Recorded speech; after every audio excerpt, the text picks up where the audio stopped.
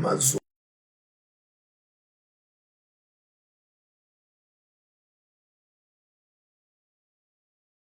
ubengilele hour bangcwele siyajabula kakhulu ukuthi sibuye sitohlanganyela kanye nani sibe sinemhlangano ke namuhla le eluyengo St Andrews Malkens labe sihlangene khona sibafundisi kodwa uNkulunkulu sethwalile waphinde wabuya nathi siphephile. Siyaxolisa ke bazalwane kumbe isikhathi sahlale singishaya nje kunaleto thinjwanyana leto leti bakhona kodwa kunebunanzi over and above lokuthi uNkulunkulu ukhona and uNkulunkulu usibhekile kuba sende umsebenzi wakhe ngendlela lafuna nalathanda ngayo. So ke sisangena nje kule nkonzo yanamhlanje na entsambama ngithanda kunimlela bangcwele dithandwa tenkosi yethu Jesu Kristu nomaphi lapho nikhona khona. We want to say you are welcome and please do also invite others to be part of our evening prayer for tonight. Lokuyinto lemcoka kakhulu wekuthi we fellowship together, we read the word of God together, we pray together, and we also find some footing in this journey together. Let us pray. We pray in the name of God, Father, Son, and the Holy Spirit. Amen. Once again, dear Lord, we want to say thank you, Father God. Thank you, our Creator. Thank you, our Redeemer, for sustaining us throughout the course of the day and for protecting us, Lord, as we've been, some of us moving up and down. There are those who are flying with aeroplanes. There are those who use water as means of transport or reaching to another place. Lord God Almighty, we thank you that you are with us all, oh God, no matter what mode of transport we use for the glory of your name. You are always there. Oh my God, David says, where can I go or where can I flee from your spirit? Where can I go from your presence? This tells us, Lord, that there is no place we can run to or we can try and hide ourselves in where you will not see us, because you are the omnipresent, omnipotent, and omniscient God. Now that we are here, we are about to continue with this evening prayer. We pray, God Almighty, that you make your spirit, Lord, hover over this place where there is disordering of the mind, spirit, or body. Lord, let you hover over it so that when the word is read, when the word is being read, that is where you will say, let there be light. Your word, Lord, is the light of the world.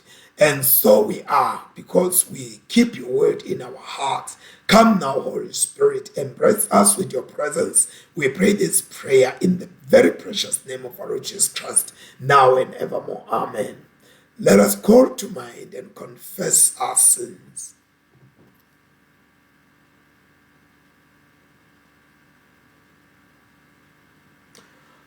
Almighty God, our Heavenly Father, in penitence we confess that we have sinned against you through our own fault, in thought, word, and deed, and in what we have left undone, for the sake of your Son, Christ our Lord. Forgive us all that is past, and grant that we may serve you in newness of life, to the glory of your name. Almighty God, have mercy on us, pardon our sins, and keep us in eternal life through Jesus Christ our Lord.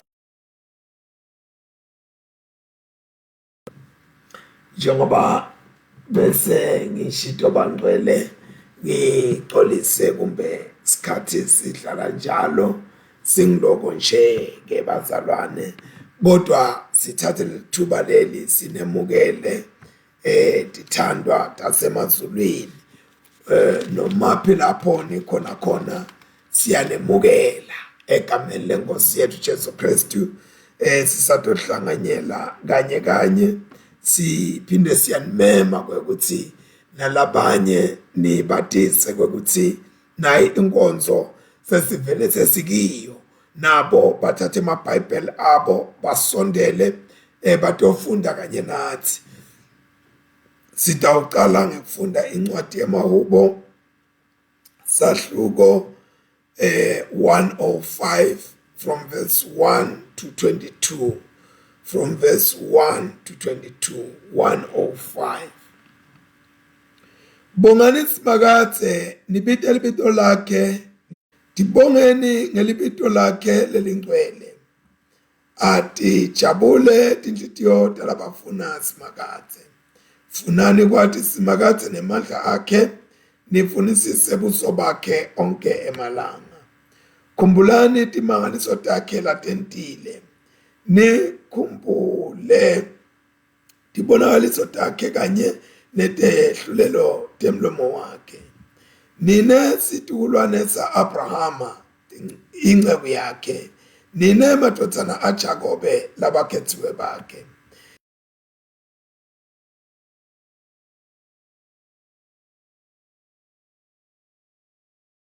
Takhe disemhlabeni wonke. Uyasikhumbula sivumelwano sakhe phakathi naphakathi, live la sivumelwano saphakathi.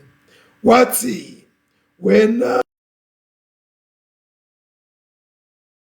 yawuba sabelo lesilifa lakho. Babe sembalwa ngesibalo, yebo babe inkosana, bathi hambi kulelo live. Bazula batzimate, bazula banzinza etiveni ngetive.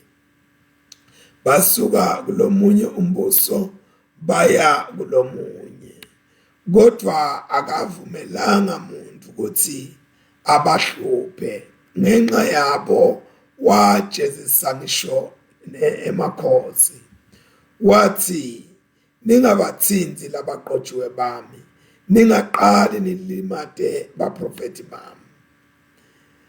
Wathumela indlala kulelo live. Kwaphela kudla kati walala etiko.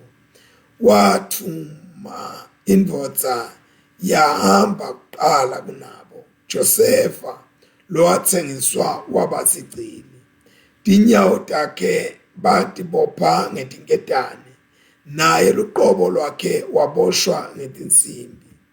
Waze kwaba sikhathi lekwagcwaliseka ngaso livi lakhe nelivi lasimakathe lamvivinya lamthola ukuthi uqinisile. Faro inkosi wathumela ukuthi akhululwe. Yebo umbusi wetive wamkhulula. Wamenta waba sikhulu semuntu wakhe. Waba ngundvunankulu welive lonke. Kuze aqondise tikhulu takhe nebaholi bakhe, wabafundisa uhlakanipha. Akuthunyiswe uyise nendvodzana namoya engcwele, njengoba bekunjalo ekuqaleni kusenjalo nanyalo kuyakuba njalo kude kube nini nanini. Amen. Incwadi yeTaga sahluko 6 siqala kufunda kuverse 1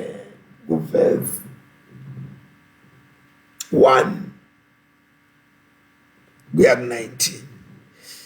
Proverbs chapter 6 verse 1 to 19. Ndodzana yami, nangabe umelele makhelwane wakho nomeke umuntu wetive ngesikweleti lasentako, nangabe ungene elugibeni lwezethembiso sakho, wabanjwa ngemavi akho, nakuke ndodzana yami lofanele kukwenta khona utewukhululeka. Hamba uye kulomuntu lokubambile umncenge aze avume. lokubambile umncenge aze akuvele. Ungalali, ungavali ngisho nemehlo. Disindise njengenyamatane ibalekela umdingeli, nanjengenyoni lephunyule esandleni semdingeli. Hamba ufunze entuthaneni wena vilanzini, futhi kutsi iphila njani, khona utawuhlakanipha. Lide tintuthwane tide sikhulu nome indvuna nome umbusi, kodvwa kudla kwato tikubutsa ehlobo, tikulondvolote ngesikhatsi sekuvuna. Wena vilanzini uyawulala embhedeni, udzimate kube ngunini.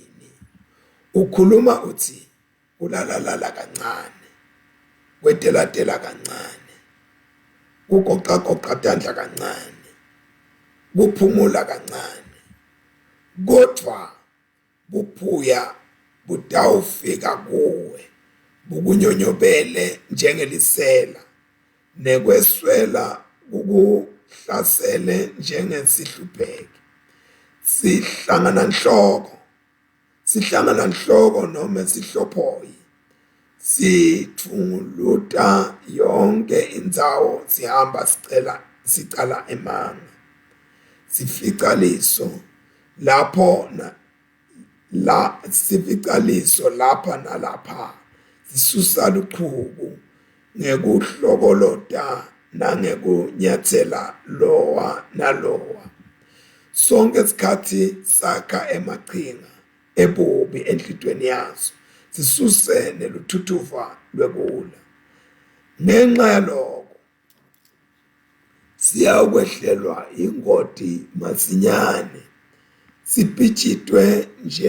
sipitshitwe ngaphandle kwesexwayiso, singaphindzi sisinze.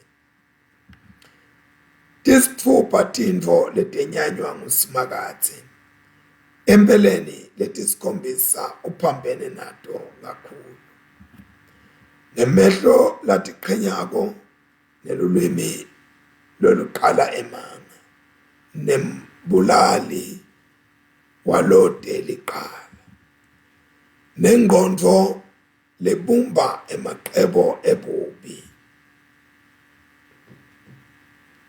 nemuntu lotsandza lokubi, nafakazi lothulula emanga, nemuntu loqabanisa bazalwane.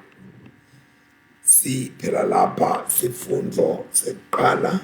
Sifundo sesibili siphuma eTestamenteni Lelisha, sibhalwe encwadini yaMateyu sahluko 5 verse 21 to 26. Matthew chapter Matthew chapter 5 verse 21 to 26.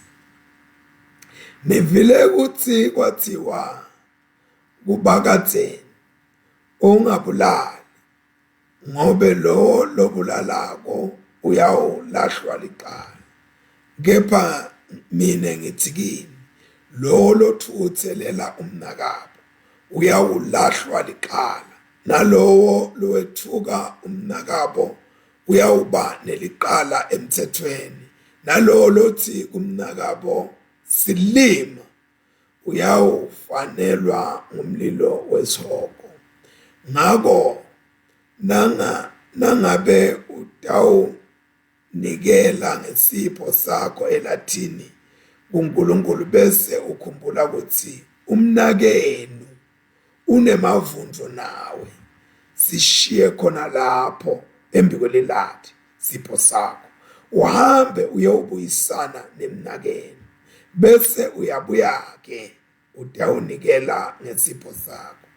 Sheshisa uqolisane nalowo lenimangalelene naye nisaya enkantolo, funa akunikele kumehluleli, umehluleli akunikele ephoyiseni, liphoyisa likuvalele ejele, ngiqinisile ngithi ungeke usaphuma lapho ungakakhiphi isenti yokuqina.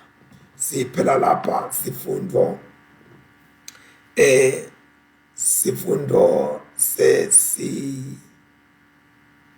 sesibili. Asithandaze. Nkosi nkulunkulu, mnikati wemandla nenhlakanipho nemagunya ekuphila kwaphakade, siyacela Nkosi usiphe inhlitiyo lefuna wena, inhlitiyo lelambele wena. Sente babe sisadobuka kafishane live lakho. Usiphe nkulunkulu wethu lona amandla onke, indlala, usiphe koma, usiphe i-appetite yakufuna Nkosi kulihla. Bese Nkosi usivulela naye inhlitiyo iba indzawo Nkosi yekuliqina njenge-reservoir la khona Nkosi kutawuqubuka khona diyalo tekuphila egameni elihle leNkosi yethu lenguJesu Kristu. Amen. Siyabonga kakhulu ke bangcwele kulo mzuzu lona, njengoba sihlale center. Ngitawucela ukuthi bazalwane singene again kulesigaba lesi, singene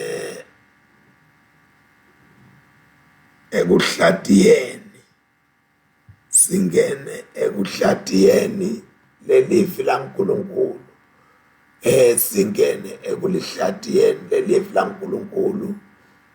Sibuke lapha kuyo lencwadi yema Proverbs. Silihlatiye sibuke kuyo lencwadi yema Proverbs bazalwane.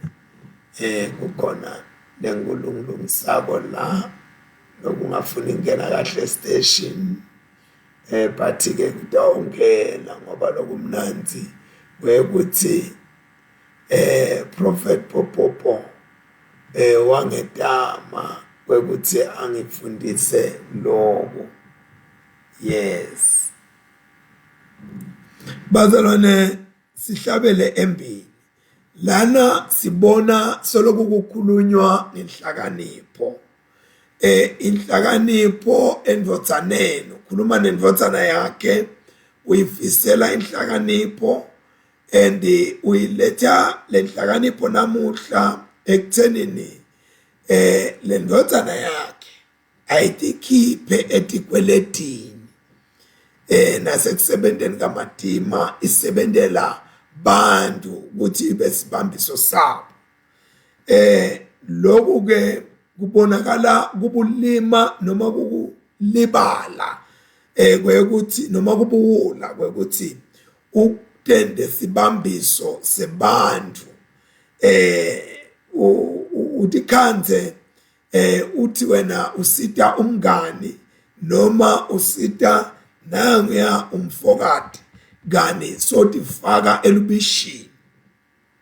Solomon ke lapha uyala indvotsana yakhe kwekuthi ingaqali yona itende igaranti etikweletini talabanye abantu labatendile. Kungaba ngumngani, kungaba ngumuntu nje noma ngumakhelwane noma ngubani, ingaqali le ndvotsana yakhe ikwente lokho, ngoba uma ngabe lo muntu ehluleka kukhipha leso sikweleti utoti khanza asesimeni lesimatima noma le ndvotsana yakhe itawuti khanda isesimeni lesimatima. Lokhu akusiko kangako kwekuthi kuboleka imali noma ke kusayinela lomunye umuntu i-loan kwekuthi angikusayinele utothola nawe le loan, excuse me. Kodwa lokhu ufananiswa nokuthi lo muntu uthethe indvo wase wenta sibambiso thide kwekuthi uma ngabe angasakhona ukubhadala wena utombhadalela. Sikubonile ke lokhu ku New Testament encwadini ya Philemon la khona umpostoli Paul naye wativeta ukuthi utobhadala nazasikweleti sasentiwe ngu-Onesimus. Kodwa lokumnanzi kwekuthi umpostoli Paul bekakhuluma ngepast angakhulumi ngetinto lebetita kwenteka as going forward, kodwa akhuluma ngetinto lesetendlulile ukuthi lokhu utawukwenta kanjani. So ke bazalwane, akukafanele ukuthi sithi khanze sesitende thine ishority yebantu kwekuthi nakanjani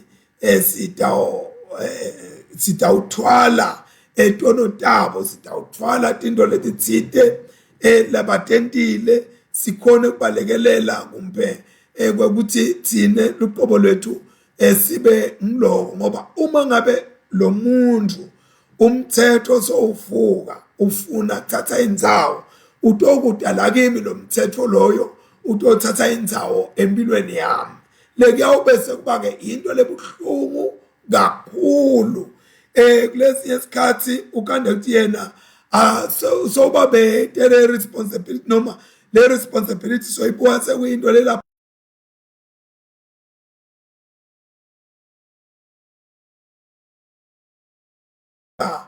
atibone afanele ukuthi abhadale lokho lokufanele akubhadale. So ke ukhande ukuthi wena leyo nto leyo seyibeka esimeni lesimatima ukuthi seyiyakripula inoma iyakulimata. Ngalamafisha emagama uthi umpostoli Paul ungaqali udente i-pledge unconditionally, yana noma ngabe yini bantu labayithathako nama labayentako bayente egameni lakho. Ngoba kunekwenteka ukuthi lo muntu ngandledlana thide athi khande sekasesilingweni esekuthi akasakhone kwenta lokho lakwethembisile, kubese lokho sekubulala buhlobo noma bungani phakathi kwakho naye. Ukhuluma ke lamagama langa ukuthi you are snared by the words of your mouth. Lokho uthi emagama leswakhulumako anemthelela ekuthenini aqine asentele lokuthide noma aqine asisethele kosokhaka. Ngoba la mlonyeni wakho utothembisa ukuthi hayi into yakubhadalela ngiyakubhadala. Uma ngabe songasakhona utobanjwa ngemagama emlomo wakho lo wakhile aba sethembiso kulo muntu noma kuleso sethembiso lo sendile. Ngalamanye emagama emlomo wakho angaqina akuthululise isipathi sakho ngisho nasentelo lapho, ngoba wena uke wethembisa ukuthi lokhu mina ngingakwentela noma ngingakwenta. So ke singebazalwane asiyiqaphele into lenjalo, singafuni kuhamba sakade ethembiso lesingadi kahle kahle ukuthi leso sethembiso ndini lengisakhako namuhla ngitawusifeza kanjani. So uyaqwayisa umpostoli Paul ukuthi asingakuthatheli phansi lo. Lapha encwadini yaJob esahluko 17 verse 3 uthi Nkulunkulu ngihlawulele, kodwa ngubani nje lomunye longangimelela.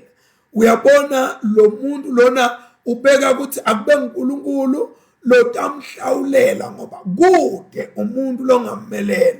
So ke wena musa kutibeka endzaweni noma esigabeni saNkulunkulu, endzaweni yaNkulunkulu. Ngalamanye amagama uma sifunda incwadi yama 119 verse 122 lithi yethembisa ukuthi utayisita inceku yakho labathi kabatisako bangete bangicinzete. So lo mthandazo lona ubhekise kuNkulunkulu kwekuthi ngewede uNkulunkulu ngokuthi utongisita kuze ukuthi naba abantu labanye bangathi khanzi esebatigabatisa eti kwempilo yami. Ngalamanye amagama nguNkulunkulu umuntu lofuna ukuthi entiwe abe ishority yempilo yemuntu lomunye, ngoba wena nawenta njalo awadi nekwekuthi lekusasa likuphatheleni and utawukhona yini ukuthi uqhubeke uphile kusasa. So ke nguNkulunkulu kuphela lokufuna ukuthi simente abe ishority yempilo, okanye livi la uNkulunkulu lokufuna ukuthi libe ishority kubhonde lona ngoba thina sendelwa umusa nguJesu ngesikhathi Jesu afa aqitha ingadi yakhe yaba isecurity yethu ekuthenini uma ngabe kukhona lokufuna ukuthi sikubhadale sesabhadalelwa nguJesu. And-ke lokho kusenta ukuthi ngisho nesihoko singabi nemandla ethi kwethu impilo tethu ngoba Jesu wasibhadalela kwaba kanye kwenele lathi impilo tethu konke. What to do if you have taken the debt of another? Nabo besokwentile sekufanele wente njani? So sithathile isikweleti salomunye umuntu watenta waba ishority empilweni yalo muntu loyo. So umbuto uthi sekufanele ngente njani ke manje yemfundisi ngoba lento lena lokhuluma ngayo mina sengivele seyingehlele sengivele sengenile kuleso sidingo leso leso sikhuluma nyalo ngenta njani. So sitawubuka lokho ngafishane kwekuthi kweqala kufanele ukuthi wena utikhulule wena luqobo lwakho, you deliver yourself. Utikhulula njani ke kulesimo lesi losongenekiso waba sikweleti wena noma waba imali yokuthi ubhadaleke isikweleti salomunye umuntu watenta kwekuthi ube responsible for info yalomunye umuntu. Utikhulula njani? Yebo uyatikhulula. Kweqala nje indlela lotikhulula ngayo kwekuthi utehlise uhambe utincengele ngendlela yonke longancenga ngayo kulo muntu lobomethembisile ukuthi awu yena bakithi ngicela xolo lento lengiyethembisile angikhoni futhi ngeke ngize ngikhona. Leli gama lelithi uyatehlisa, excuse me, ligama leline mnyombo walo kuSihebheru ngalamanye amagama lisho ukuthi utibeka phansi, uyatinikela ukuthi utibeke phansi ukuthi lo ahambe eti kwakho noma uhamba ngemantonto noma uhamba ngelibhudi noma uhamba ngani kodwa wena utibeka phansi utendlale phansi ukuthi lo akagijime eti kwakho. So ke kuhamba uvula umlomo ukuthi ngitakusita la ngitakwentela lokho ngalamanye amagama usuke utilimata ngoba kuphuma lapho uphuma kamatima kwekuthi utikhulula kamatima uthi utibeke phansi komuntu ente noma ngabe yini lafuna ukuthi ayente lapha kuwe noma uyakwethuka noma uthini kodwa na wena ubheke ukuthi ugcine uphumile la. So ke ngalamanye amagama wena utenta ingceku yakhe noma sisebenzi sakhe kwekuthi umane uphume kulendlela lelo tifake kuyo ngoba leti tithelo temlomo wakho tithelo talokukhuluma kwakho leti lesethi kufakela. So kufanele ukuthi leti thelo utihle noma timunyu noma tibhlungu kodwa utihle funze ukuthi utawubeketela kwekuthi noma ukwethukile noma uthini as long as wena utikhululile waphuma kulo. Uyatikhulula ke kulesimo lesisuke songene kuso. Lokuthi khulula la kufananiswa nekuthi khulula elugibeni noma entweni lesifu kwekuthi ukhululeke uthi ungakhululeka ubaleke kulelo gibe lwemquphi ubaleke njengenyoni. Uyabona njengenyoni nayiphunyula esifini. So wenta ngawo onke amandla ukuthi ngiphunyula kanjani waze waphunyula ubaleka ungasabuki emuva ungasakhumbuli emuva. So ke lokho ukwenta ukuthi utame ukukhuluma masinyane.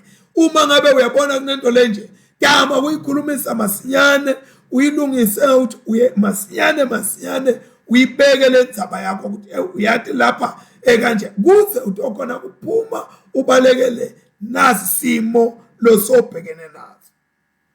So ke kuphi kwekuthi utente ube ngumuntu ube ngingathini ube sibambiso kutonze lokho ungakuthandi kuba sibambiso ngoba uNkulunkulu akakudalelanga ukuthi wena uyawuke ube sibambiso kulomunye umuntu noma impilo yakho uyawuyenta ibe sibambiso kulomunye umuntu. Uma sifunda lapha encwadini yeTaga chapter 27 verse 1 uthi ungatigabadisi ngelikusasa lakho ngobe awadi ukuthi lilanga ngelilanga likutela nani. Uyabona khona labanye abantu labatenda sibambiso kulabanye abantu ngoba babona amabhizinisi abo. Kungenteka ukuthi le business yakho kumbe kube ne-earthquake noma kube nemlilo noma kube nani kushe kuphele. Lo muntu lo methembisile lento leyo yena abeselokhu athi mina ngunangu sibani. So ke njengoba ngisho nje ngathi awulati lekusasa lakho ukuthi likuphathelene. So ke diqaphele ukuthi ungayendi into lenjalo ngoba mawenta into lenjalo utothathwa uyofakwa ejele noma uyofakwa esimeni lesingeke sibe nesihawu nawe ngoba wena utente sigwili noma utsende umuntu longakhona kwenta into ngenhlehlana thithe kani angede wakhona. Lapha ka-Israyeli yayihlendeka lento but le ndlela lento ngayo uyabona injenge kokuthi mase ikushaya wena injengemuntu nakashaywa sifo sekuwa lesimgqimla phansi singamboneleli noma kusemanyeveni noma kusemlilweni noma kusemantini kubuhlungu ke kuphila impilo lenjalo ngoba uphila nawe usebuhlungwini bokuthi angathi ukuthi lento ingangifikela nini, lento ingenteka kanjani, lento ingentekala kanjani. So ke kumqoka ukuthi ngaleyo ndlela leyo utikhiphe etintweni tebantu, utikhiphe etintweni letingagcina tikufake etimeni letimatima empilweni yakho. Lapha ke lokunye lesifundiswa kona sifundiswa ngekusebenta ngamatima noma ngekusebenta ngekukhandleka. Lithi ke livla uNkulunkulu lisinika sibonelo ngentuthwane ukuthi asesike sibuke entuthwaneni. Uthi hamba entuthwaneni vilandi. Solomoni lapha nakafundisa sifundo senhlakanipho wafundisa emavila kwekuthi emavila kukhona sifundo langasithola entuthwaneni noma ngabe umfati noma uyindvodza kukhona indvo lekufanele ukuthi uyifunze kuphi entuthwaneni. Intuthwane inesifundo lesimatima lesiphathelene nebantu. So ke umuntu lovila lapha kufanele ukuthi ake ahambe ahlale phansi atibuka intuthwane ukuthi tenda kanjani tisebenta kanjani. Uyabona imatima ke lento lena ukuthi uhambe uyofunda esilwaneni lesinyathele kanje sinoma kanjani nalesingathi ukuthi sitawuqhubeka siphile sishuka lokho ukuthi kusebenta kwakho nekuphila kwakho emhlabeni musa kukukala ngani nangani kodwa dibuke nophila emhlabeni kwekuthi impilo yakho emhlabeni inekushabalala noma ngabe unini. Ngawo ke noma impilo iyoshabalala noma ngabe kunini kodwa tifundise kwenta umsebenzi ungalali ungathi ngoba mina kunekwenteka kusasa ngihamba emhlabeni ingcono ngisale ngiyekela kusebenza netikhandla. Intuthwane itikhandla mihla yonke le. So ke lencwadi yema proverb lena lesifunda namhla noma yeTaga ikhuluma kakhulu ngentengo yekusebenta kalukhuni noma kamatima utikhandla. Iphinde futhi inato tizathu letinhle ukuthi umuntu lo sebenza utikhandla kwentekani empilweni yakhe. Lapha kuyavela ukuthi kuphumelela nekungaphumeleli kuncike nje entweni yinye ekuthenini sikhathi noma emathuba uwasebenzisa kanjani. Uma ngabe ungawasebenzisa emathuba nesikhathi onikwe sona utawuphuya vele utawuwehluleka vele.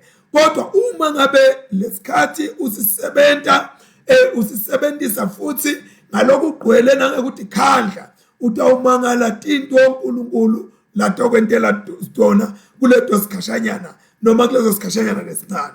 Lapha ke kubekwa intuthane njengesilwane lesikhandlekako.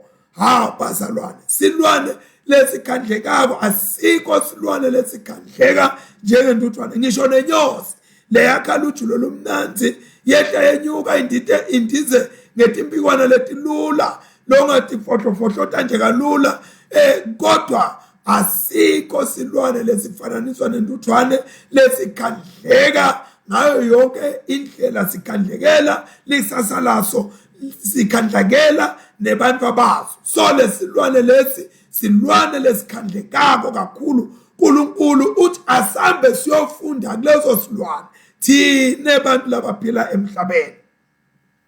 Uyabona ke Kristu wasithumelela isikolwa nje lesilula kwekuthi asambe siyofunda etinyoneni, sifunde etimbalini tesiganga, sifunze ekuthenini letinto leti tinesifundo lesithite. Ngicela ukufunda lokhu Kristu lasifundisa kona lapha encwadini yaMateyu sahluko 6 verse 25 kuya 29, verse 25 kuya 29. Nawo ke ngithi kini, ningakhathateki ngetimpilo tenu ukuthi nitakudlani ninatheni, nangemitimba yenu ukuthi nitakwembathani. Impilo ayinkulu yini kunekudla, nemtimba kunekwembatha? Bukani tinyoni temoya ukuthi atihlanyeli, ativuni,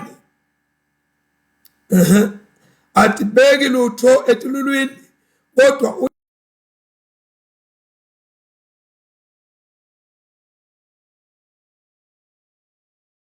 kakhulu yini nini kunato? Kukhona yini emkhathini wenu longatentela umzuzwana ebutheni bempilo yakhe ngekuthi hlupha kwakhe? Nitihluphelani ngetimpahla? Bukani timbali temhlaba kuthi tikhula njani, atikhandleki futhi atithungi. Kepha ngithi kini, na Solomoni ebukhathini bakhe bonke abengeke. Ngoba lana liqinisa lithi lokukhandleka kwethu sisebenza kamatima, sitame nabo security bempilo lokuyana senda leto tinto leto singathi kahle hle ukuthi titawusenda siphethele kuphi. Uyabona njengoba ngibekisene intuthwane, intuthwane kungenteka nginyathele nyalo ivuke ekuseni iphila noma bephila kule nyanga lephelile, ngenteka ngithi ngihamba nemoto noma inkomo noma yini ife khona lapho kuphele, kodwa ibe soloku yona beyisakhandleka. Lokho ukuthi ngalamanye amagama musa kuyeka kusebenza. Uyabona ngize ngikhumbula umhlabeleli waseZayoni uthi wehliziyo yami ma uhlaka niphe. Uyabona ke ukhona lenzawana lenye lengiyithanda uthi zikuhaqi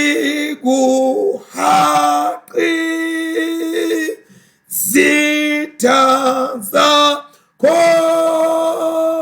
zivukela wena, bese ungalahli lezo khali ekufeni uyoqeda umsebenzi. So ke bazalwane, kufanele ukuthi sathi ukuthi letinto leti velako naletentekako atingasilahlekiseli ngempilo yaphakade, ngempilo yekwatana naNkulunkulu. Ngifuna kufunda Jeremiah chapter 7 lapha bazalwane. Lena naye ufuna I'm sorry, not chapter 7 but chapter 8 verse 7, chapter 8 verse 7. Lena naye unaloku thide lana kusixwayisa kuloku kuphila.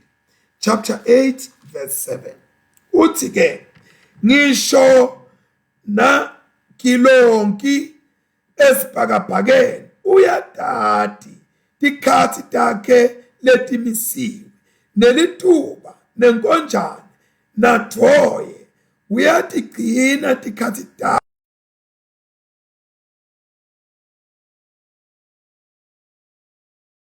sami asitati timiso yasimakati. Uyabona ayikho into lebhlungu njengale wekuthi ngishotilwane tiyakwati kugcina tikhathi naloka kodwa uyakhala uNkulunkulu uthi kodwa sive sami asikwa tolo ekseni nakafundisi wathi yebo kwaba ngiyebo kwenta only if what wekuthi le matter yakho ithini umengani kuloko lokukhuluma. Uyabona ke lokubuhlungu ngalesilwane lesi lethiwa sambe siyofunda kuso asina captain asina overseer asina ruler lokho ukuthi kude induna kude inkosi noma umbusi kude kumbe nemkuteli whatever kodwa lesikufundzako la kulesilwane lesikwekuthi lesilwane sihlakaniphile. uNkulunkulu ke through lo mbhali walencwadi uthi asihambe siyofunza kulesilwane sisilingise usibuke lesilwane ukuhlala phansi nje utinike isikhathi usibuke indlela lesisebenza ngaso kamati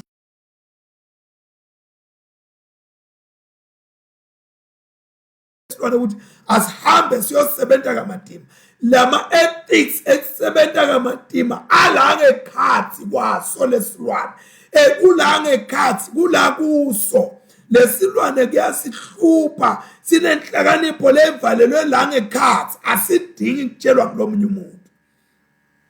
Lapha ke lo munye ufaka lokuthide ele ubitwa ukuthi uAristotle ufaka into lethide lapha ukuthi uyathi kude umbusi lo director lesilwane lesi as direct thine sinebantu uyabona lento yakubeka inqumbi yetitala kulethi tema office wena ungamela lo lona ungamela lo lona ungamela lo nathi uyabuka bendani labantu bayalwa babanga tikhundla. Uyabona lento yetikhundla noma ningathi akusitho tikhundla ngema point of service ukuthi mina iservice yami ngikulo kude la bantu balwa ngetikhundla umuntu akhohlwe azaqabanga nokuthi labantu bakhe uyabaona noma kusebusinessini noma kusesontweni noma nguphi umuntu acabanga ukuthi sibantu bakhe asisibo bakho sibaNkulunkulu. Uma ngabe sikule organization uma ngabe sikule business uma ngabe silapha kuphi asisibo bakho kodwa sibaNkulunkulu. Umuntu kufuna ukuthi umsite kuachieve igoli leNkulunkulu amnike yona. Uma ngabe ama-organizations abeyafunda etintuthwaneni uyathi letolena bengasilahla kashane ngisho lelibandla laNkulunkulu. Uyabona namhla sibanga tikhundla mina ngingumphostoli mina ngingumprofeti wena umprofeti waprofeta abantu wabitwa ngubani wena ungumpostoli waqotshwa ngubani wena ungumbishop wabekwa ngubani kuba ngiswana ngetikhundla lesi ngimi lo fanele ahlale la kulesitulo ngimi lo njanjanyana. Uyabona lento leyo bazalwane itawusilahlekisela ngelizulu ngoba sibanga into lengekho into lefile into lefile lesibanga lokumqokwa kwekuthi siye siyofunda entuthwaneni ayikho yonke lento yema hierarchy lena lesiphethe ngoba sihlushwa ngema hierarchy lasiphethe kuthi ngingetulu kwakho ngoba ngetulu kwakho ufuna ungilalela yebo ihierarchy khona emazulwini kodwa le hierarchy akusiyo yekugqilata abantu akusiyo yokuthi utibone wena soyinkosi uthi Jesu betive batete amakhosi ethi kwebantu laba baphethe kodwa akungabi njalo lapha kini. Don't lord it over others. Siyabona ke lokhu kuyasihlukubetha kakhulu emoyeni nasengqondweni. Kubona abantu kuma-business kubona abantu kuma-organizations kubona abantu emimangweni kube khona nje umuntu lofuna ukutshengisa ukuthi nguye bhongo qhongoza lapha lo shaya umthetho ku-wrong leyo nto leyo.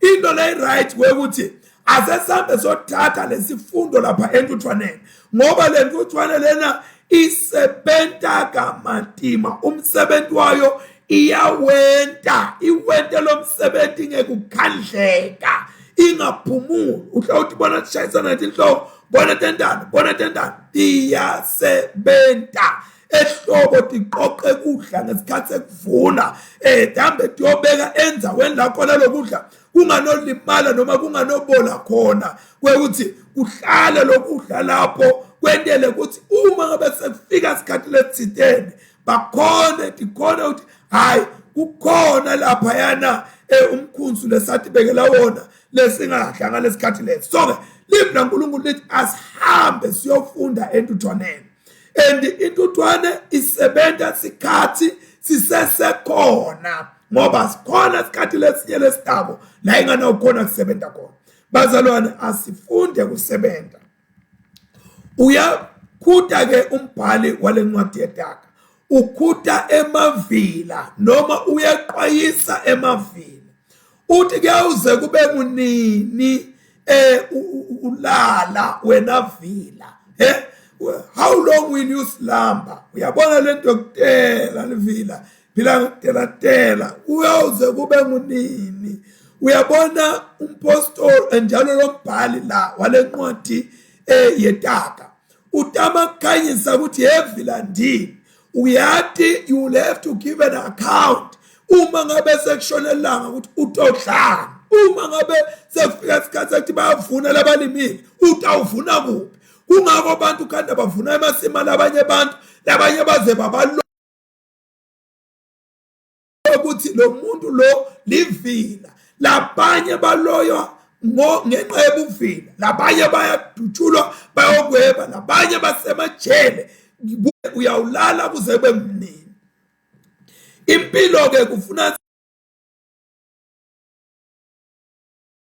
sithole lokho lesikudingako. Impilo iyabida ukuthi sisayiphila asisebenze sitothola lokho lokudingekile ukuthi siqhubeke nempilo. Uyabona kukhona abantu lethi indoda yabo nje develop besebaleni lokuvila kwabo nje, ungabe solokufuna bese kubese kubakhona labanye lento uyibone, but ube ungathi ungayichaza ukuthi kanjani, ube ungeke uze uyichaze kahle hle ngalendlela loqabanga ngayo. Asesike sikuboneke lokho kuyona lencwadi yedaka, nasifunda chapter 1 wayo, chapter 1 wayo lencwadi, sifunde verse 4 na 5 uthi tenta lo sengaka liboni live abe nekuhlakanipha, tifundzise labasha kuba nelwati nekuzinza. Labahlakaniphile bathi bangatilalela kwengeteke lwati kubo, nalabane ngqondo bathi bangatifunza batente bathole bungcweti. Lokhu ke lokukhulunywa ngebantu labatimisela, njengoshito nje ukuthi uqwayisa lamavila ukuthi le nhlakanipho ifike yenteni la kulo muntu, ifike intwashule ivule emehlo akhona ukubona tinto lebe angeke azatibone. Kumfunda chapter 19 watotona letaka, chapter 19 verse 25 uthi nawujezisa sithwalathwala, silima sifunza kuhlakanipha. Nawuthathisa umuntu lohlakaniphile, yena utawuzuza lwati. Nawujezisa sithwalathwala, silima sifunza kuhlakanipha. Nawuthathisa umuntu lohlakaniphile, yena utawuzuza lwati. Lokusho ukuthi lokwentako kukhona umuntu la kufundzako. Silima angeke uzosithethise noma funa nasa sithwala sibese siyafunda ke esilimi, bese kuthi lona lo munye yena na ngabe umkhulumisa lo hlakaniphile uyazuza ngoba uyayibona ukuthi uyathi la bese ngaphakabi angibuyise tinyawo uthi ke uyawuvuka nini wena lapha ekulaleni kwakho uyabona kulala into lesiyidingako ukuthi imitimba yethu iphumule ngempela lokulakhulumako lapha Solomon akasho ukuthi asingalali umtimba uyadinga ukuthi ulale kodwa akufuneki lokulala lesekweqile loseku excessive lokulala nekutelatela ngiko lokulasikhutha kuko umbhali wencwadi yedaka kwekuthi asawucabange nje lawo ngemagama elivila kulalala kutelatela kancane nekulalala kancane ngemagama ebuvila noma ekuvilapha livila lithi uyathi ngidinga nje kulalala kancane ndabe sengiyavuka ibe kani into lengiyona idingeke baba kusebenza akusiko lokulalala kancane ukuthi lo muntu abeze emsebentini kube khona la kwendawo lapha ke nasifunda incwadi yedaka sahluko 20 verse 13 sithola namagama lathi do not love sleep lest you come to poverty open your eyes and you will be satisfied with bread ungakuthandi kulala ngoba utawugcina ukudonselela okumatima empilweni yakho kodwa na kubalekele leto tinto leto so ke ku Proverbs chapter 26 verse 14 sifunda ukuthi khona as a door turns on its hinges so does the lazy man on his bed so uyabona umnyango nawuthi ube seloku ume khona lapho uma ngabe ulivila ulele embedeni ufanana nalowo mnyango lowenta nje soloku ukhona lapho ude loyo ke ube nako na umuntu kubalekele lobo yala kuphila leyo mpilo leyo and sama ngaso sonke isikhathi empilweni yakho ukuthi sikhathi sakho usisebenzise usebente Proverbs chapter 4 verse 23 chapter 4 verse 23 keep your heart with all diligence for out of it brings the issues of life yiqine inhlitiyo yakho ngoba la nhlitweni yakho ngila kuqubuka khona tiyalo tekuphila ku Ecclesiasticus umshumayeli chapter 5 verse 12 the sleep of a leper man is sweet whether he eats little or much but the abundance of the rich will not permit him to sleep so uyabona ukuthi umuntu lo njingile noma lele ulala kamnanzi aphumula kamnanzi avuke amnanzi kodwa umuntu lo livila ulala kabuhlungu kubuhlungu ulala kwelivila uma besifunda Daka chapter 19 verse 15 uthi laziness cast one into a deep sleep and an idle person will suffer hunger so uyalamba lo muntu lona lothanda kulala lo livila uyalamba ibuhlungu impilo yemuntu lo livila so shall your poverty come on you like a prologue ibuhlungu ke lenzaba lekhulunywa lapha ukuthi uma ngabe umuntu avilapha buphuya buyomnyonyobela bumbambe njengesifu uyabona ubuphuya noma bumpofu nekuswela nje uthi uyathi ngeswele umuntu lo nzinzako bantu labanjalo esikhathini esinyenti ukhanda ukuthi lokunye kwabo akukabangwa timo tekuphila akukabangwa yini nani kodwa kubangwe buvila beyothi umuntu aqhubekisele phambili hayi ngitawubona kusasa ngitawulima kusasa ngitahlanyela kusasa ngitakwenda njani kusasa kugcine lento seyikukolile yakulimata ikulimatele impilo yakho yonke so ke bazalwane bantu labasebenza kakhulu babuka ukuthi ngitawuphumula mangiqeda kusebenza kodwa livila lifuna kuphumula lingakasebenzi livila ke lelo lelinyenyelwa into letimatima linyenyelwa sifu linyenyelwa budlwaphu buphuya lobutawulifikela lingakaqabanga so ke livila lingabokusho ukuthi hey timo tiyangalela livila lingabona ukuthi othi nginenhlanhla lembi kodwa libokwathi ukuthi ngila kulesimo lesingenqa yebuvila bami. Bantu labanye labampofu akusibo nje labampofu bonke ukuthi ngoba uNkulunkulu ubadalile, labanye bentiwa buvila ukuthi babe bantu lababhwili. Kule ncwadi ke ema-Proverbs kuyavela cishe emahlandla ngaba ngu-14 la khona kukhuluma ku-addressa khona le ndaba ye-poverty noma yebuphuya noma yebudlwaphu. But ngesikhathi lesinyenti kulamahlandla langu-14 kuvela ukuthi buphuya noma budlwaphu noma bumpofu buvetwa buvila. Buvila bukudonsela ukuthi uhlale njalo uphuyile, ungakhoni ukuthi ube netindo takho, ungakhoni ukuthi indlela takho tihlobe, uhlala njalo nje ubhida umunyu ngenxa yobuvila. Mawufunda incwadi ya Proverbs chapter 20 verse 13 ithi khona do not love sleep lest you come to poverty. Open your eyes and you will be satisfied with bread. Njengoba sike salifunda lapha ku chapter 24 verse 33 and 34.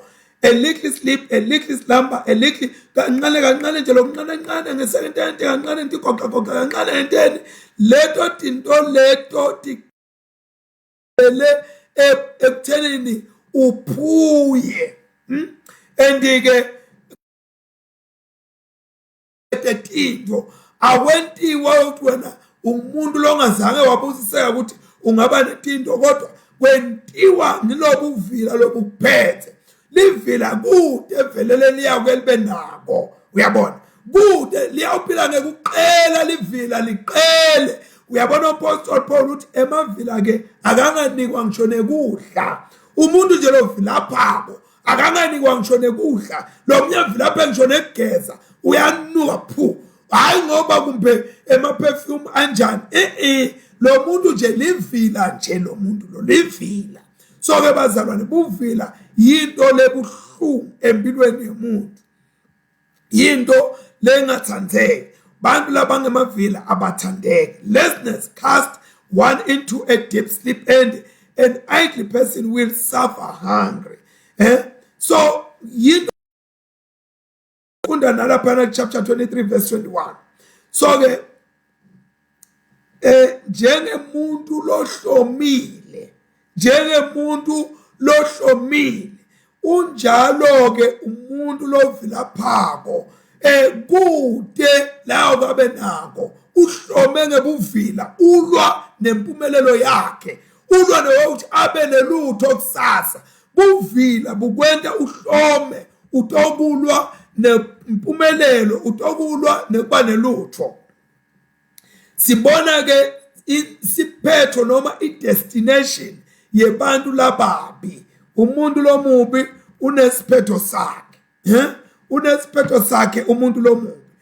Umuntu lomubi futhi singatsho ukuthi umuntu longanamsebenzi, awunamsebenzi walutho wena man. Uyathi umuntu kasho nje athi hey uyathi wena you are worthless, you are useless. So kukhona abantu vele labatholakala abanjalo, bantu labanjalo ke ngemavila. Uma ufunda incwadi ya Proverbs chapter 6 ufunda from verse 6 to 11 kunemagama lathi go to the ant, use laggard, consider her ways. Uyabona konke lobe sikufunza la kuthi hamba uyobuka uyofunza khona. Wena muntu nabe ufuna ukuba worthy noma ufuna ukuba useful, hamba uyofunza etimpawu letitsite entuthanweni ubese uthi combine nempilo yakho utayibona impilo yakho ukuthi tawuba njani. Kodwa uma ungakwenti lokho utawuphethela ejele, utawuphethela umuntu longathi sowudlala semgqonyeni. Angisho laba labangaphili kahle, bakhona la labangaphili, ngisho umuntu lophilile kodwa lo livila lo tuhamba ukuthi amaqembu abanana wakotha lapha emgwaqweni labantu bebadla abese wenda leyo nto leyo. So ke buvila buhambisana nalamlonyeni.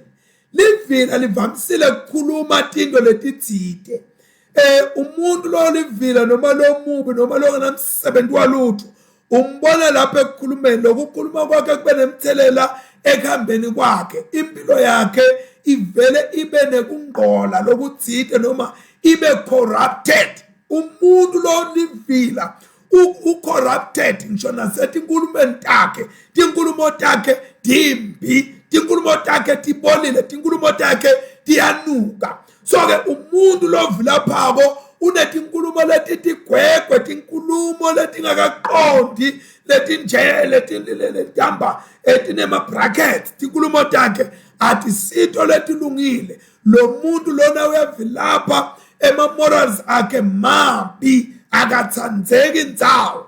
And-ke lana kude umuntu lo olivila lawo kakhulume kube honest ude liqiniso ude kwethembeka into lekhulunywa ngumuntu lo olivila ide kuqonda there is no straightness kuleyo nto. Umuntu lo ovilaphako into takhe kude nalokulungile lokuhle konke kubi kwemuntu nje lo olivila. Awu lo mpofu siyabonga kakhulu banene.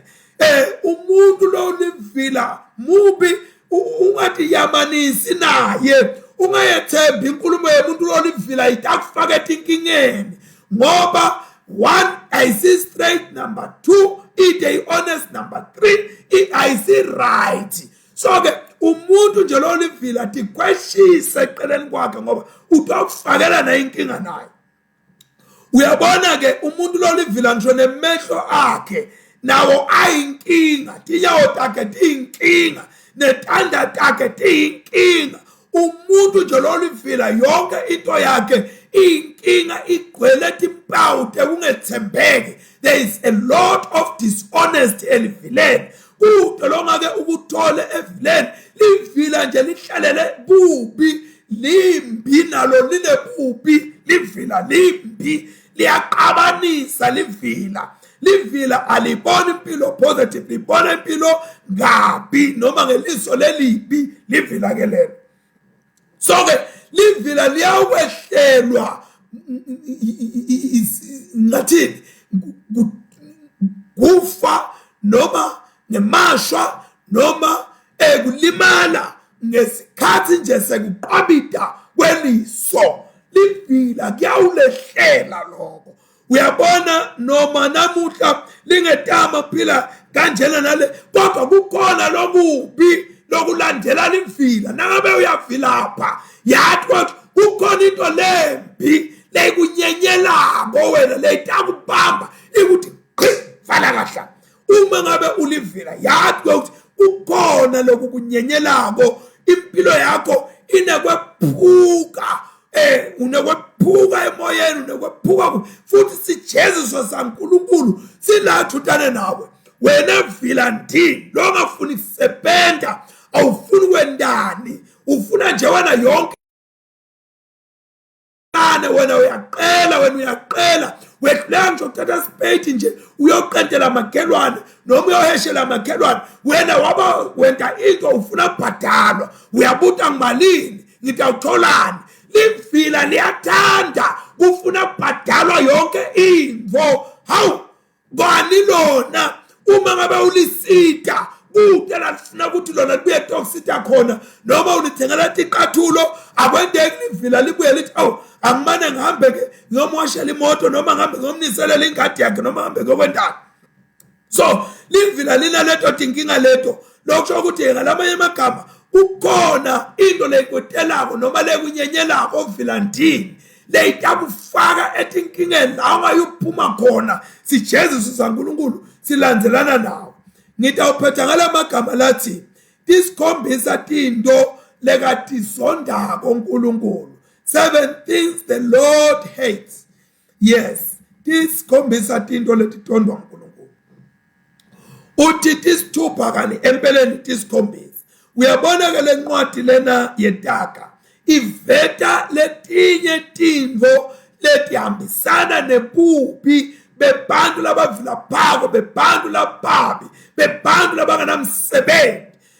Letinto uyatiqoqa umpostoli njalo umbhali walencwadi Solomon uyatihlanganisa ndzawonye ufuna kusinika ukuthi nathi into uNkulunkulu ladenyanyako futhi lethi inqithakalo kuNkulunkulu letinto lethi utibona ti abomination. Uyayibona into le kangayithandi uNkulunkulu lakayinyanya ngenhlityo yakhe yonke. So ke lapha sitawubona ukuthi lona njengalo wasivulela ukuthi tisithupha empeleni tisikhombisa letinto uNkulunkulu lekatithandayo. Lokuthi kusithupha abezathi kusikhombisa lokusikhombisa usho ukuthi ngema results alolo kusithupha lokho ka number 7 sekukhokha ema results aloku sithupha ukuthi ekugcineni kwako konke letinto letisithupha tihlanyela kwehlukana, tihlanyela izondo, tihlanyela ukuthi bazalwane baqabane bangabhukane ebusweni. So ke lokho yinto lematima, yinto lebuhlungu leyentiwa abantu emhlabeni, and ibe buhlungu ke kuba letinto uyatibala lapha leti sikhombisa leti abomination. 1 ubala ukuthi khukhumeta ukuthi phakamisa. Number 2 ubala kuqamba emanga. Number 3 ubala tandla letiqitha ingadi lengenaqala. Number 4 ubala inhlitiyo lehlala njalo iqubungule emaplane noma emaqhinga noma tinhlelo tebubi. Number 5 ubala tinyawo leti hamba umuntu timambisa timgijimisela ebubini. Number 6 ubala kufakaza ngemanga. Hey bazalwane safa. Uyabona umuntu angifakazele ngemanga. Siyababona bofakazi nasetinkantolo labafakaza ngemanga. Umuntu ahamba ukuphakamisa isandla sakhe yathi ukuthi that is an abomination. uNkulunkulu yeta kuwe ungamkhohlisa magistrate, ungamkhohlisa judge, kodwa ukhona uNkulunkulu lobonako. There is an abomination upon your life. Wena lo hamba ufungele emanga uqambe emanga. Yes. Kweqina number 7 ngulona umuntu lohlukanisa abantu noma uhlukanisa ibangani. Bantu babangani wena soyafika utobahlukanisa, noma abantu bangumndeni uyafika wena utobahlukanisa. Bantu abehlukani kungekho umuntu lofaka lunyawo phakathi. Umuntu atokhuluma uyabona lokhu kunje, uyabona lento lena ibuhlungu bazalwane lento lekhulunywa la. Sekuthi angiphethe ngayo nje angathi kanjani, sengiva ukuthi angiphethe kani ngisengafiki kahle hle emaphethelweni. But asengeke nabi senathi tinto nathi ukuthi uyathi letinto letibhalwako lapha ti-connected noma tinqumene nemitimba yethu. Letinto letibhalwako la emehlo kuphakama tindandla tinyawo yini konke letinto letho nale kukhuluma lapha emlonyeni. So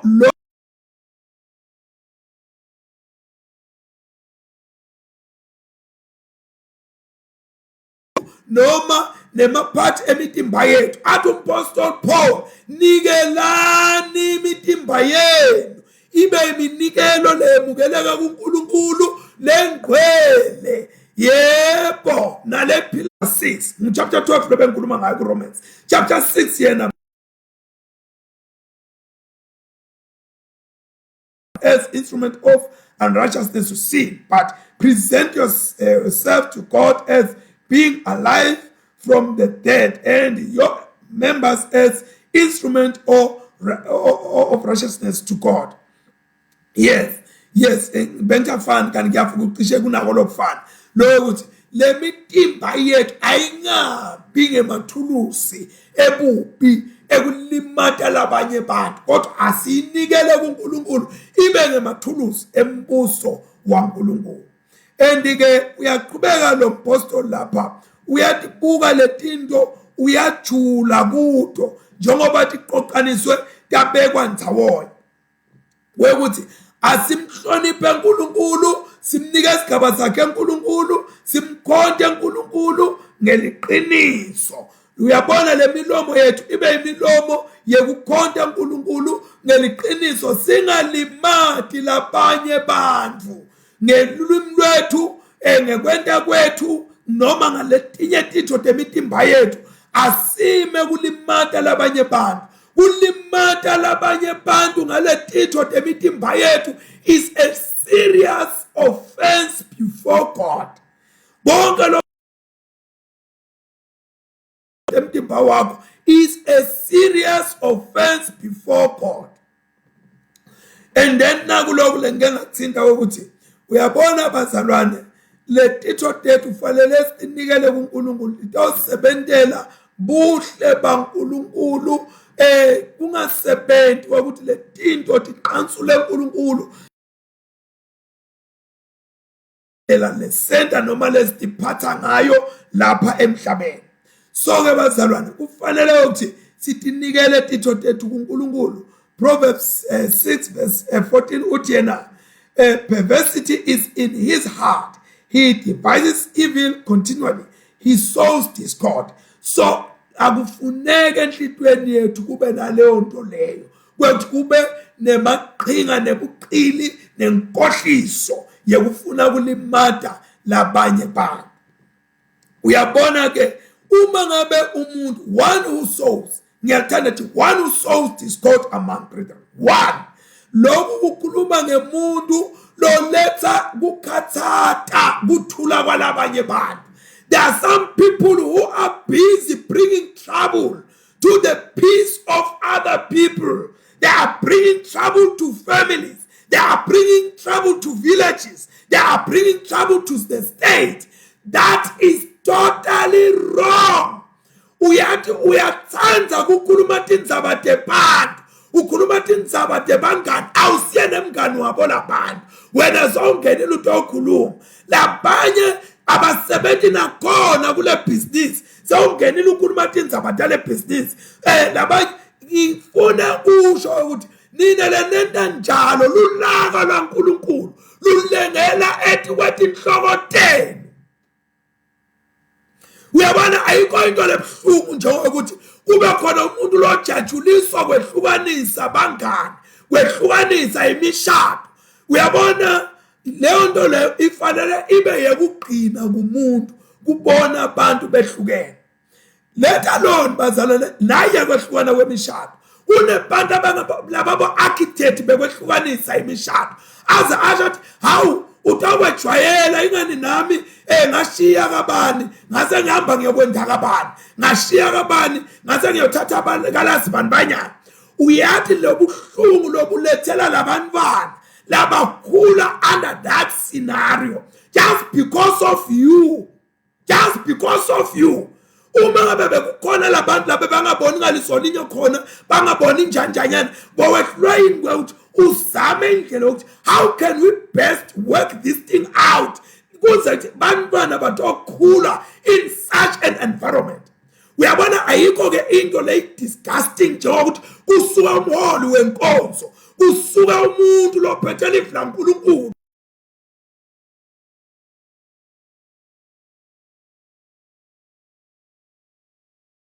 ayongena imindeni yebantu ayoyibhidlita.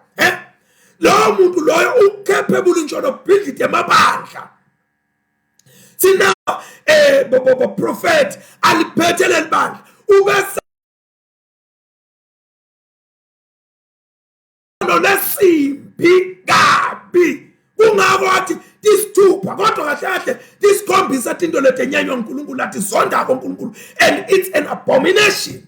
Kunebantu labathi misele nje ukuthi batobhidlita bona noma ngabe yini nakathi uNkulunkulu ubhizi uyakha ngala yena ubhizi uyahosha ngala yena ubhizi noma ngabe uyakholwa noma ngabe unasigaba sini lonikwe sona. You must know uma ngabe ungumbhidliti ukuthi wena you are the son of hell or you are the daughter of hell. Umuntu nje lo wandisa kwehlukanisa, lo wandisa ukuthi kube khona kwehlukana abe netinjongo takhe letibheke eqeleni.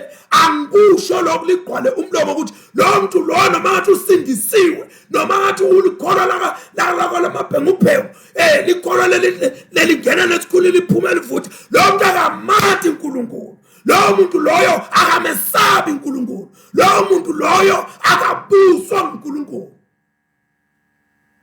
asawutibude namuhla uhlelala uhleli khona labanye ngeneva bakhuluma bathi mina nginemafayela alowo muntu loyo lengoba bengetandla dami wenda kuthi kodwa kazange kahlale phansi nalowo muntu amkhulumisa uphethe amafayela abantu ebubi hayi ebuhle kodwa uthi uyakholwa awuzange sawuhlale phansi nemuntu umkhulumisa lithi live laNkulunkulu tisithupha kodwa tisikhombisa and leto tingqithakalo tingemanyala it's an abomination before God. You better make up your mind, accept Jesus, bring back your mind to Jesus. Akhathalekile ngesigaba sakho uthi wena ukholwa kangakanani ba urenka kuyiphi rank as long as ungumehlukanisi ungumbhidli webandla laKristu uthi kukhulu lokutako kutakuwe mbhidliti libandla laKristu lihleli lihlanu ngenxa yakho enamuhla nabantu abasafuna ukuthi enkonzweni ngoba wena mfundisi noma mshumayeli ukhuluma abantu kabi ukubeka into kabi wenda into kabi. I'm telling you there is something coming upon your life, and what is coming, it is God's judgment if you don't repent, if you don't make up your mind and accept Jesus. Let us pray. Nkulunkulu siyabonga namuhla wekuthi sifunde lencwadi ya Proverb chapter 6 verse 1 to 19. Itosifundisa nganathi tinto nathi. Itosifundisa ngebantu labatenta babe guarantee etintweni talabanye. Itosifundisa ngemavila. Itosifundisa ngebantu labahlukanisa imindeni nalabahlukanisa abangani. Siyathandaza babegameni lika Jesu. Silamlele Nkosi ngoba labantu bangene ngekunyelela ngisho nama positions lathithe libandla bangena hayi ngoba Nkosi bevela ubitho kodwa Nkosi bangenele injongo tabo letithithe. Sisithe Nkosi sesitawukhetha manje sikhethe ma-vestry sikhethe ema-church councils ama-parish councillors sicela abantu Nkosi labesaba wena Nkulunkulu labatongena ngetinjongo tekusebentela wena siphakathi sanazalo umthalazo ngokholwa egameni elihle lenkosi yethu lenguJesu Kristu manje naphakade. Amen and amen. Please bazalwane, do pass this.